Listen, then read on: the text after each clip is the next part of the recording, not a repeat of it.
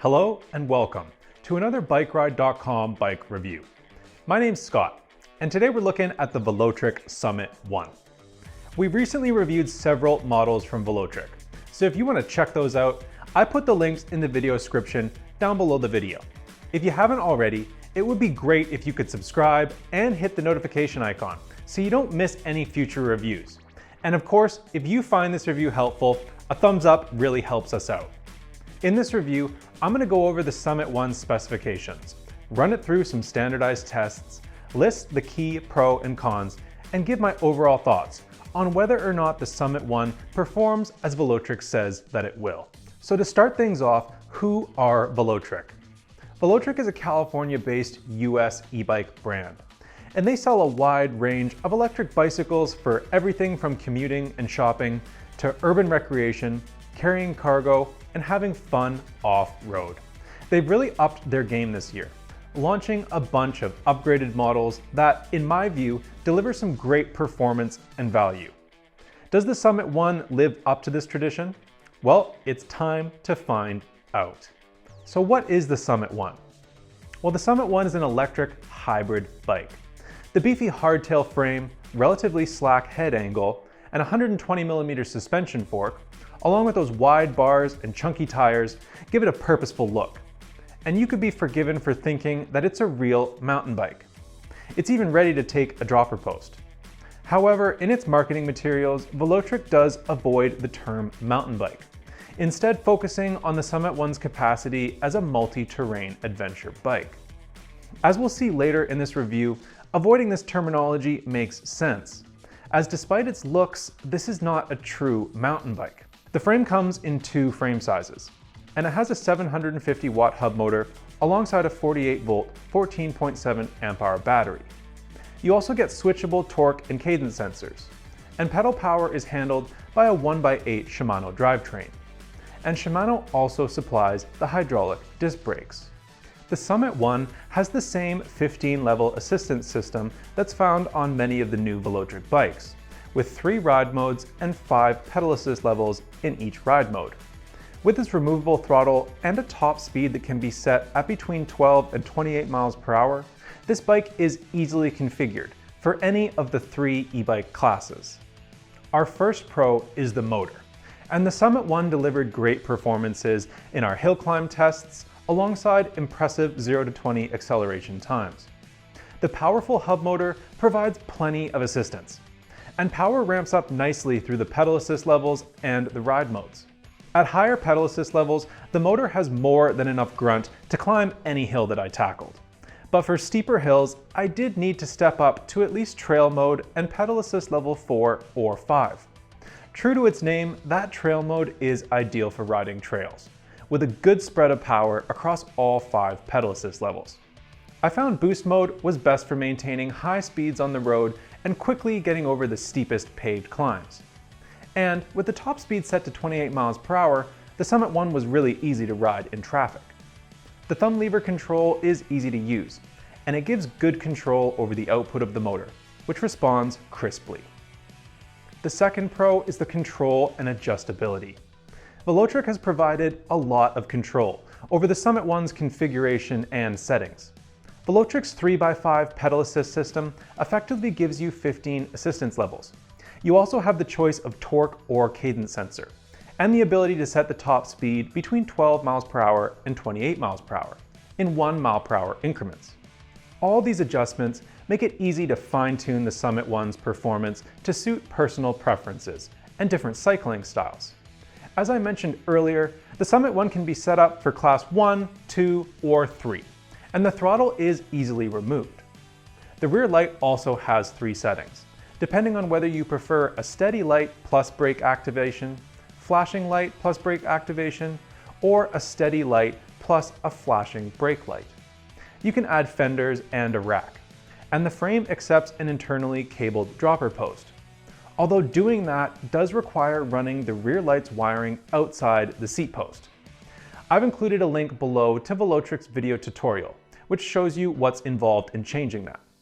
Overall, there's more scope to personalize this bike than we've seen on comparable bikes. And the third pro is the geometry and ride. because the Summit One's geometry feels similar to that of a mountain bike. So riders that are seeking something that combines commuting or recreational rides on pavement with a mountain bike vibe are really likely to appreciate this. I enjoyed how the Summit One rode on pavement and light trails. I am biased towards mountain bikes because that's my jam, and I would enjoy a bike like this for commuting and cruising around town, simply because it has that mountain bike feel. However, I would not choose this bike for serious mountain biking, for a few reasons that we're about to tackle. The first area where the Summit One falls short when you hit some real mountain bike trails is the gearing. First gear is too high for low-speed techie trail sections and ascents, forcing you to rely on the motor's assistance. And this can really be a big problem in slippery and technical climbs, where the motor's power, even with the torque sensor selected, can cause the rear tire to lose grip. This wouldn't happen if the bike had better gearing, as you could use more pedal power and less motor power to really fine-tune the amount of torque that you need to get over these slippery obstacles. The next shortcoming, at least in terms of this bike's off-road aspirations, is that non-adjustable suspension fork. The Summit One's 120mm hydraulic suspension fork is better than the basic coil forks that are found on most entry-level e-bikes. However, it does quickly reach its limits over the big roots and bumps that are on blue-rated trails. The fork is very stiff, so while it doesn't bottom out easily, it also doesn't absorb the impacts from these rocks and roots. On uneven pavement or light trails, the fork is much smoother than the cheap suspension that's on many different e-bikes in this price range. But on technical rocky and rooty trails, even entry-level air forks from brands like RockShox, Fox, and DVO would fare better. The Summit One isn't the bike for someone planning to hit serious trails. It's fine for commuting, recreational riding, and some light trails, but it isn't going to stand up to the abuse of proper mountain biking. At 65 pounds, this Summit One is also heavy, and the rear hub motor does upset the balance, limiting the ability to pop the front wheel and jump the bike. On trails, the bike's weight makes it clumsy and hard to move around. Just for reference, a real hardtail e-mountain bike with a 120mm fork can weigh as little as 35 pounds. Even burlier electric mountain bikes with similar power levels are still some 15 pounds lighter than the Summit One, with vastly superior suspension. On the other hand, these much lighter e-mountain bikes do cost a lot more than the Summit One. Velotric markets this bike as a multi-purpose hybrid, so anything more aggressive than light trails will exceed its intended use. Nonetheless, this is still a lot of e-bike for the money. And the third con is that an app is still required to select the sensor. Like Velotric's Discover 2, you need the phone's app to switch between the torque and the cadence sensors. There's just no way to do it through the display, which also means that there's no practical way to change sensors on the fly. Given how every other setting is so easily adjusted via the display, and the great job that Velotric has done on the menu layout, it doesn't make a ton of sense that this one important setting requires the app. Velotric says there's no way to fix this via a firmware update, and it's been supplying upgraded displays for some bikes to address this. However, as of this review, Velotric hasn't decided exactly how it's going to handle this going forward. What does it do best? Well, first of all, the motor is both powerful and responsive. Using throttle or pedal assist, whether you're mixing with traffic or scaling steep hills, the Summit One really has all the power that you need. If you're happy to make do with less assistance, you can dial it back and enjoy more battery range. Having the choice of cadence or torque sensor means that you can enjoy the ease of the cadence sensor when dealing with traffic, and you can switch over to that torque sensor for riding trails. The brakes are also both powerful and quiet, and the speed limit can be varied between 12 and 28 miles per hour, as well as the fact that there's very little ghost pedaling, even at these high speeds. The Summit One handles well, and it's plenty of fun both on the pavement and the trails.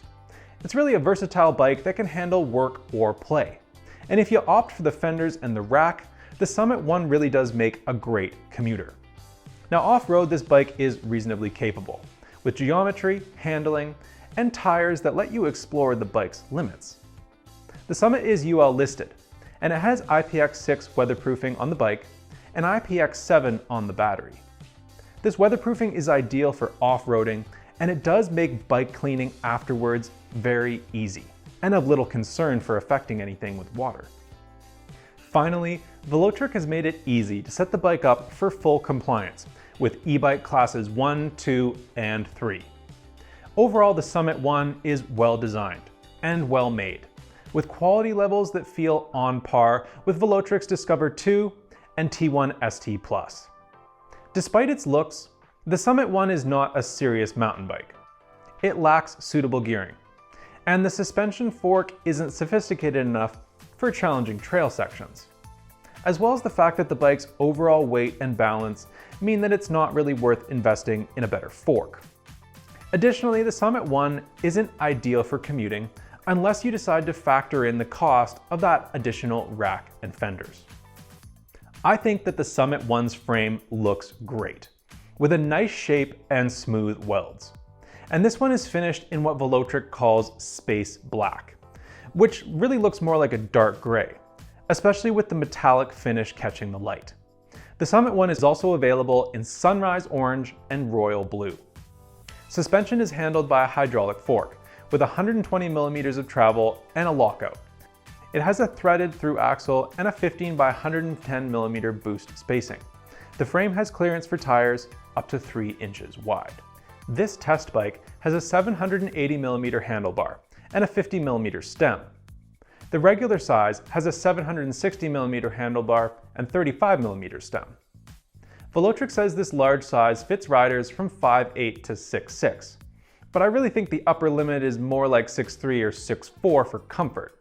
The bike is a comfortable fit for me at 6 feet, and there was still more room, both in the saddle height and in the cockpit, but probably not enough for someone who's 6'6". The bike feels very long though, which does provide confidence at higher speeds and on the descents. So overall, I found the ride quality quite similar to other hardtail mountain bikes that I've ridden. There are mounts for fenders and 3 sets of mounts inside the main triangle. The cables, including the wiring for the rear light, are routed internally for a nice clean look. You can also fit a dropper post, but if you do that, you can't keep the stock rear light without running the wiring partly outside of the frame. And finally, the Summit 1 can carry up to 440 pounds. The Summit 1 has a big 2.8-inch color screen which is mounted in portrait format in the middle of the handlebars. The display is bright, and it's easy to read as well as being nicely laid out, with all the relevant information displayed in a logical manner. As with other Velotric bikes that we've reviewed recently, the menus are laid out well, with names for settings and functions that make the interface easy to understand and use. Like the Discover 2, you can access and control all the settings via the display, except for switching between the torque and the cadence sensors, which can only be done via the app. There's a USB phone charge port on the bottom of the display, but it's the older Type A, not Type C. Next to the left grip, we find the controls for the Summit 1. There's a power, on-off button on the bottom, plus the minus buttons on the left, and an M button on the right. The M stands for menu, not mode. Over-the-air updates are delivered to the bike through the Velotric app via Bluetooth. There's no lock to secure the display or the bike, but the Summit 1 does have built-in Apple Find My tracking, so at least you might know where it's gone if it does happen to wander off. To power the bike on or off, you long press the power button for 2 seconds. When the bike is powered on, you can cycle through the power assist modes by single pressing the power button at the bottom of the control pad. Single press on the plus or minus buttons to step up or down through the pedal assist levels, and long press the plus button to turn the lights on or off. Walk mode is engaged by holding down the minus button, and releasing the minus button turns the walk mode off. A single press of the M button changes the ride data that's displayed. The battery indicator is a graphic with a percentage, which I always like to see. And the Summit 1 also has an auto light function that turns the light on and off based on ambient light. It also dims the display when light levels fall. This function can be disabled via the menu. The Summit One is easily set up to meet Class 1, 2, or 3 e-bike rules by adjusting the speed limit via the display and removing the throttle if necessary. A long press on the M button opens up the advanced menu, and you navigate through the advanced menu options by using the plus and minus buttons to move up and down, and then press the M button to go into the chosen option. Then you can use the plus and minus buttons to adjust the setting, and press the M button to accept the change, or press the power button to exit. The advanced menu options include a reset trip mode, a ride mode option, speed limit option, screen brightness, auto power off, auto light, throttle limit, rear light mode, a set unit between kilometers and miles, and connections to the app, as well as Apple Find My info and version info, so you can see updates. We've covered the Velotric app before in our Discover 2 review. If you'd like to see the details of the app, I've included a link to our Discover 2 review in the description below this video, as the app interface is essentially the same. The Summit One has a Velotric branded rear hub motor with a nominal power rating of 750 watts, a peak power rating of 1300 watts, and 90 Newton meters of torque. The throttle can be set to give full power or be restricted to the selected pedal assist level. Velotric says the Summit One uses the company's proprietary E-Series drive system, which is designed to be one of the smallest, lightest, and quietest hub motors with a torque sensor. This motor is quieter than other 750 watt, 90 Newton meter hub motors that I've tested, so they've definitely achieved that aim. Now, it's not as quiet as the mid-drive motors that I've experienced, but I really didn't find it was a distraction when I was out on the trail. The motor is responsive and torque heavy at high pedal assist levels and when using the throttle. The Summit One also did very well in our hill climb tests. During our small hill climb, we completed it in 3 minutes and 3 seconds at an average speed of 18.7 miles per hour, which, like I said, put us in the middle of the pack. And the medium hill climb was completed in 2 minutes and 14 seconds at an average speed of 17.6 miles per hour, which is a great time. Similarly, the Summit One achieved great times in our acceleration tests, getting to 60 miles per hour using pedal assist, a second faster than the other bikes that we've tested. We went from 0 to 20 at pedal assist level 5 in boost mode in 6 seconds, and 8 seconds using the throttle only. The Summit One's battery is a 48 volt, 14.7 amp hour unit. At 705.6 watt hours, this is a little bit undersized for a 750 watt motor, but the bike still performed well, with good results in our range tests. The included 3 amp charger should take about 5 hours for a full charge. Using pedal assist level 5, the Summit One achieved a good range. We went 34.79 miles, for a total of 1,243 feet of elevation gain at 18.9 miles per hour average. And our second test, which was completed in trail mode at pedal assist level 3, we managed to go 46.63 miles and 1,526 feet of elevation gain over 2 hours and 53 minutes at 14.4 miles per hour average.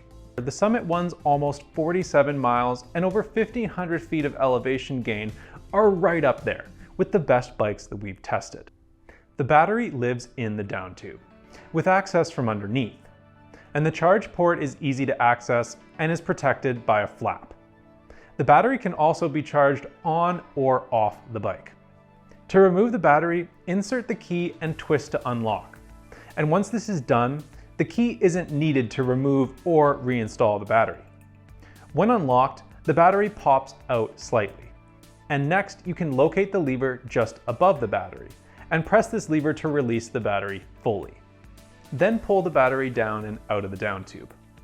To reinsert the battery, line up the electrical contacts at the lower end of the battery and then insert the battery bottom end first, pressing the battery up and into the down tube until you hear it click and lock into place. The battery is now secure and ready to use.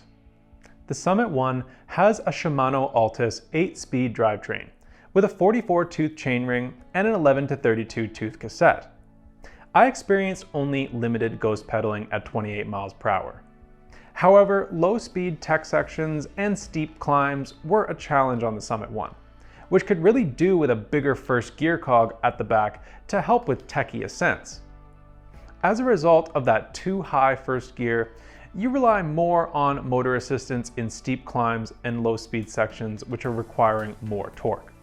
This increases the risk of losing traction at the rear wheel, making it even harder to negotiate those more challenging terrains. Although this is the same kind of gearing which is found on most of the well-set-up recreation bikes, it's just not up to the demands of the more dedicated trail riding that Velotric can kind of market the Summit 1 as a multi-terrain capable city bike. And for this purpose, the gearing is acceptable. But the bike's mountain bike appearance could be confusing. So it's just worth highlighting here that the Summit 1 handles off-road rides pretty well, but that isn't its primary intended use. The brakes are Shimano MT200 hydraulic disc with 2 piston calipers and 180mm rotors. They performed well on trails and the road. And in our testing, these brakes did very well, needing just 14.5 feet to stop from 20 miles per hour. Oh, and they're quiet too, which is always nice. Lever reach can also be adjusted using a small hex key. The Summit 1 has 27.5-inch wheels with Novatec hubs and 2.6-inch wide Kenda tires. Velotric says there's clearance for tires up to 3 inches wide. I haven't tested this, but it looks like there is plenty of room. The tires carry Kenda product codes for Honey Badger tires, but they lack the graphics and markings that would normally be seen on those tires. Though Velotric says the tires have puncture protection, there's no marking to confirm this. The chunky cross-country tread provided plenty of traction on pavement, dirt, and gravel, and I enjoyed these tires on the trails. I still prefer something like a set of Maxxis Minions, but I had no major complaints with these Kendas. Given how much debris these tires can throw up though, it's a shame that fenders aren't included. Now our test bike did come with the optional fender package that you can get from Velotric, and that performed just fine in my testing, making the bike very enjoyable for riding on wet roads. The Summit 1 comes with integrated lights. The headlight is a bright 130 lux unit, and the rear light is mounted to the saddle, and it has a choice of 3 modes. You've got flashing, steady, and awareness and braking. The Summit 1 comes with Apple Find My tracking built in. The bike also comes with a single-sided kickstand. Velotric also sells fenders for this bike as well as a MIC HD compatible rack. Those cost extra, but they were included with our test bike, and the fenders worked well. Velotric also offers a range of accessories that really expand the utility of the rack. The grips are rubber lock-on grips. They feel like regular mountain bike grips, and they're comfortable as well as secure. The Summit 1's saddle is a more sporty saddle than the plush seats that are found on many Velotric bikes. The mountain bike inspired saddle's smaller size and lack of padding was a little bit uncomfortable on longer rides. But then again, what saddle is still comfortable after 45 miles? However, this saddle does match the bike's style, and it didn't cause any problems pedaling. The integrated rear light is wired through the seat post, and it's mounted to the seat. The bike comes with large aluminum pedals with metal pins. The pedals provide good grip, making them ideal for riding trails. The Velotric Summit 1 is a fine choice for anyone that's seeking a competent, high-speed commuter or an urban runabout that can easily handle light trails, especially for riders who like mountain bikes. The bike's good power, great adjustability, and easy configuration are real pluses. However, to make most of this bike as a commuter, you'll need to pay extra for fenders and a rack. If you're looking for an entry-level electric mountain bike to get started riding off-road, a dedicated mid-drive model is likely to be much more suitable. Yes, you can ride some basic mountain bike trails on the Summit 1, but that's really about it. Between the rearward weight bias, the limited gearing, and that basic suspension fork, you're gonna soon reach this bike's limits on some dedicated mountain bike trails. So that's the Velotric Summit 1. Do you own one? What do you think? Do you agree with our thoughts, or is this more of a mountain bike for you? Let us know in the comments. Is an adventure-ready urban ride the ideal e-bike for you, or are you more interested in mid-drive e-mountain bikes? Do you enjoy hybrid and recreation bikes, or are you more into the aggressive off-road styles? We're always interested in your feedback, which you can leave in the comments under this video or post on bikeride.com in our forums. And remember, we always publish a full written version of this review on bikeride.com. Head there to see our final score for this bike and to check out reviews for bikes just like the Summit 1, as well as bikes from across the full range of cycling genres. Thanks for joining me in this review, and be sure to subscribe and click on that notification bell so you never miss another review. My name's Scott, and I look forward to you joining me on the next bike ride review.